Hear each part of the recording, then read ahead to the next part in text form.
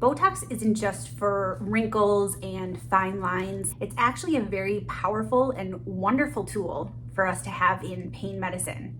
So, wondering what Botox actually is? Let's dive in. Hello everyone, and welcome to Moderni Minutes. I'm Cynthia PA, and owner of Moderni Spine Pain Clinic here in Minnetonka, Minnesota. And today we're going to talk about Botox for pain, what Botox is. So Botox is a brand name for Botulinum toxin A.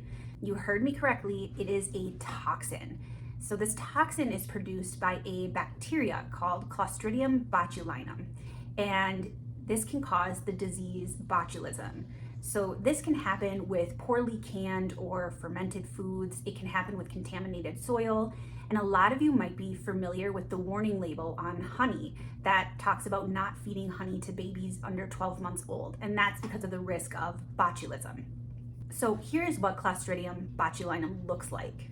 A couple facts about Clostridium botulinum is it's anaerobic bacteria, which means it doesn't depend on oxygen to survive.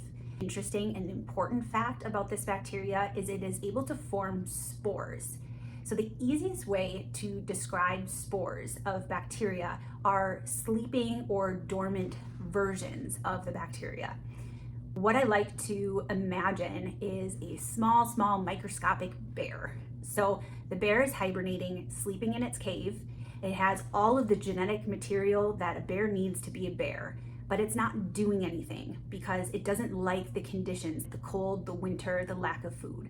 But once spring comes and the sun starts shining and there's food around and the environment is a lot better for it, the bear can wake up, go outside, and be a bear. So that's exactly what this bacteria does. It will make spores that have all the genetic material of that bacteria but aren't active.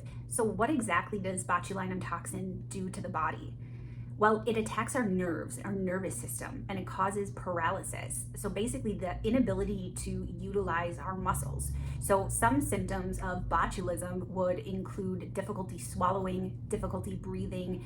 Signs and symptoms of botulism is a medical emergency. Botox used for pain medicine and even for cosmetic purposes is injected in very small amounts. It's also injected into specific targeted areas of the body.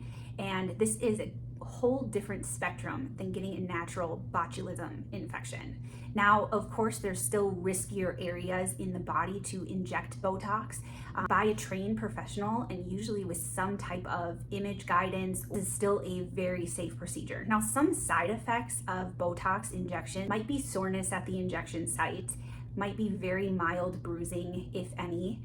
Sometimes people can get a transient or a short-lived increase in their pain. And sometimes with cosmetic and Botox, especially for migraines, there is a risk of getting a drooping of the eyebrow.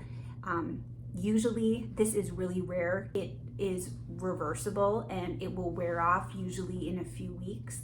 But again, just making sure that you're getting these injections with someone who is trained and who is aware of the facial muscles, the neck muscles, and the anatomy properly. So yes, we get a wonderful and very powerful toxin from a bacteria that, let's be honest, sounds a little frightening, but just remember the proportions and the skilled injection of this toxin makes it a very safe and very effective procedure for pain medicine. So if you're wondering if you're one of those people that this can potentially help, watch my video on Botox for pain, what can it treat? Thank you so much for watching Moderni Minutes, and we'll catch you next time.